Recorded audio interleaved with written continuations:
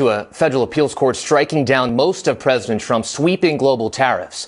The court says Trump overstepped his authority by invoking a rarely used law that gives the president special authority after a national emergency. The decision will not come into effect until at least October. Then meanwhile, overseas mail carriers in more than 30 countries are suspending some of their shipments to the U.S. after the Trump administration ended a loophole. ABC's Olivia Rubin joins me now to break all this down. So first, how is President Trump reacting to this ruling from the court?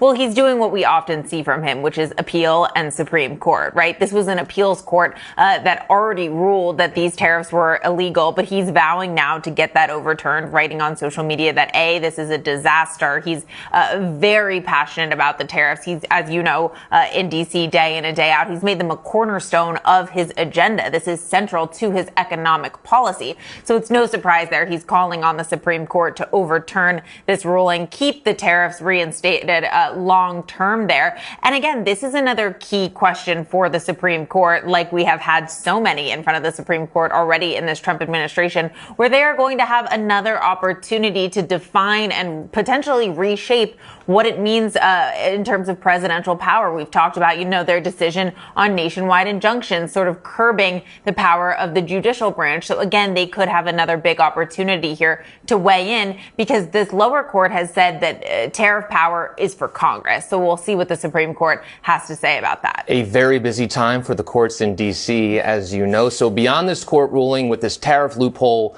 what does this mean for consumers? Well, this is a tariff loophole that you may not have heard of, but you have definitely used, right? It's called the de minimis exemption. And what it means is that cheap packages from abroad can come into the United States without facing customs, taxes, or extra checks there. And according to the White House, about 4 million packages come into the United States this way every day. Last year, that was over 1 billion packages. So now that loophole is over, President Trump closing it as part of his tariff agenda. And this is sort of uprooting some shipping companies around the world. Over 30 countries there have shipping companies that are saying we can no longer send to the United States. Small businesses are abroad saying we can't send to the United States. There's reports of people getting cancellation notices, getting delayed notices. One thing that was so striking was a small business owner abroad on social media saying, who's going to pay a $200 fee for a $20 shirt?